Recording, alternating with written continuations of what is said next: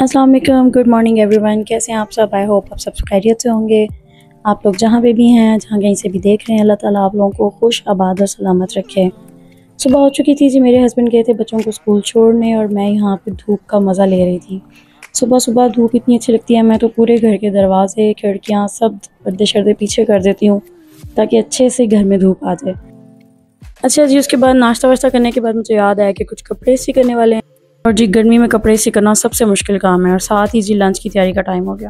उसके बाद जी दोपहर का टाइम हो गया और आज बननी थी कड़ी, हर दिल अज़ीज़, सबको पसंद है। इसका ये मज़ा है कि ये चावलों के साथ भी खाई जाती है और रोटी के साथ भी खाई जाती है। मतलब आप किसी भी चीज़ के साथ बना लो, सब शौक़ से खाते हैं।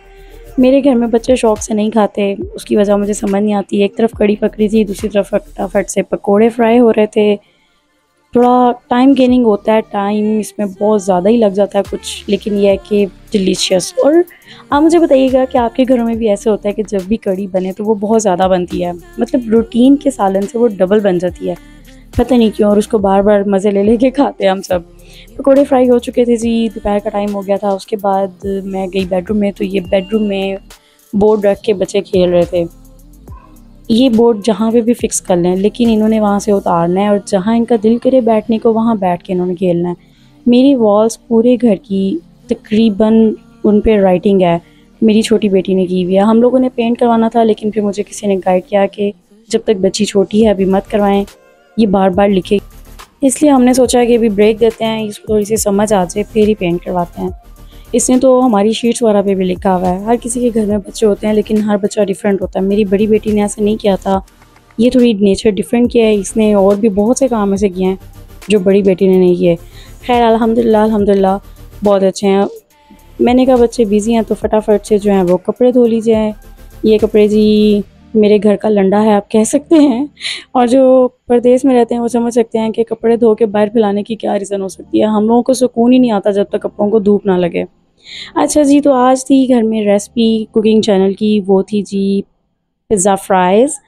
ये बहुत ही डिलीशियस, बहुत ही आसान, जल्दी से बन जाने वाला, कम टाइम कम चीज़ों में बनने वाला पिज़्ज़ा है, जिसको आप घर पे आराम से अपने बच्चों को बना के दे सकते हैं, स्नैक टाइम में एंजॉय कर सकते हैं।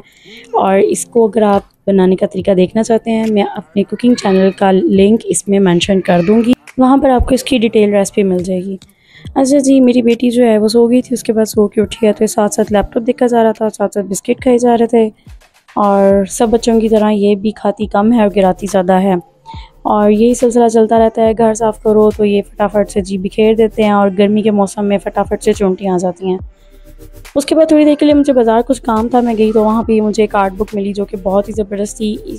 Basically it was a DIY art frame. इसके ऊपर पिक्चर बनी हुई थी आउल की, और सारी डिफरेंट चीज़ें दी हुई थी जिसको कि आपने उसके ऊपर पेस्ट करके उसको रेडी करना है। बहुत अच्छा था, आप अपने बच्चों के लिए लेके आएँ, आपके बच्चे बिज़ी भी रहेंगे और सीखेंगे भी। ये जी घर आने के बाद थोड़ा सा मीठा बन रहा था, इसकी रेसिपी भी कुकिंग चैनल पर मौजूद है, आप जाके एंजॉय कर सकते हैं। ये बालूशाही थी जो कि बहुत ही मज़े की बनी थी। बहुत से कामों के बाद फारिग होके जी मेरी बेटी का था आज एक प्रोजेक्ट जिसमें उसको क्ले आर्ट करना था, कुछ भी स्कल्पचर बनाना था। पहले सोचते रहे समझ नहीं आ रही थी, फिर आखिर मेरे दिमाग में थोड़ा सा आया कि क्यों ना इसको जो है वो पिज़्ज़ा बना के दे दिया जाए। डिस्पोजेबल प्लेट घर में पड़ी हुई थी, मैंने क्ले जो है वो आराम से बाज़ार से मिल जाती है मट्टी, ये वो मट्टी है जिसके साथ बचपन में हम छतों पर बैठ के या गली में बैठ के खेलते थे। अपना बचपन याद आ गया। इसको मैं बता रही थी कि मैं बचपन में है ना, हम मिट्टी की चीज़ें बनाते थे और फिफ्थ क्लास में हमारी एक प्रेजेंटेशन होती थी होम इकोनॉमिक्स के बुक की, बट इसको समझ नहीं आ रही थी वो कैसी होती थी। इस तरह बच्चे क्वेश्चन करते हैं अजीब व गरीब किस्म के आजकल। एनी हाउ मैंने जी इसको हेल्प करके थोड़ा सा क्ले को सॉफ्ट करके दिया, उसके बाद प्लेट पे इसको सेट करवाया, और ये पेपरोनी और ऑलिव्स बनाए जा रहे हैं। उसके बाद इसकी कटिंग शटिंग करके इसको बताया कि इसको आप किस तरीके से अच्छे से प्रेजेंट कर सकते हो। आजकल बच्चों की जितनी स्टडीज़ हैं उनमें लर्निंग के साथ साथ जो प्रोजेक्ट्स हैं लाइक आर्ट, रिसाइकल प्रोजेक्ट्स, ये बहुत ज़्यादा हैं। पता नहीं मतलब हमारे दौर में इस कदर नहीं थे, होते थे लेकिन इतना ज़्यादा कुछ नहीं होता था। होम इकोनॉमिक्स में होता था कि कुछ कुक करके ले आएँ, या कुछ स्टिचिंग का करके ले आएँ, या एम्ब्रॉयडरी ले आएँ, इस तरह की चीज़ें हमें सिखाई जाती थी, नो डाउट। पर आजकल बच्चों को क्रिएटिविटी बहुत सिखाते हैं, स्पेशली रिसाइकल। और जी ये लें, ये है इसकी फुल लुक। इसको बैलून्स की कटिंग और पेपर कटिंग से ऊपर चीज़ बना के इसको हमने कर दिया रेडी। और जी, जिन लोगों ने मेरा पिछला व्लॉग नहीं देखा वो जाके देख सकते हैं। हम लोग गए थे थाई फेस्टिवल पे, जहाँ से ये बच्चों ने ये आई बॉल जेलीज जो हैं वो बाई की थी, और यहाँ पे इसको कट करके खोलने का जो सिलसिला शुरू हो चुका था। जैसे ही रात होती है और बेडरूम में जाते हैं, बच्चों को या तो खेलना याद आ जाता है या फिर इनको कुछ खाना पीना याद आ जाता है। पता नहीं, बेडरूम में जाते ही ये सोने की बजाय इतने चार्ज हो जाते हैं कि जितना हम थके होते हैं उतने ही एक्टिव हो जाते हैं। यहाँ पे जी मुझे तो देख के भी कोफ्त हो रही थी, पर ये बच्चों की जो है वो फेवरेट चीज़ है। आजकल बच्चे जेलीज और मार्शमैलोज बहुत ज़्यादा खाते हैं और रख रख के दिखाते हैं कि ये we are going to eat the eyeballs, और रियली आँखें पर रखो तो लगती थी ये रियल है बिल्कुल।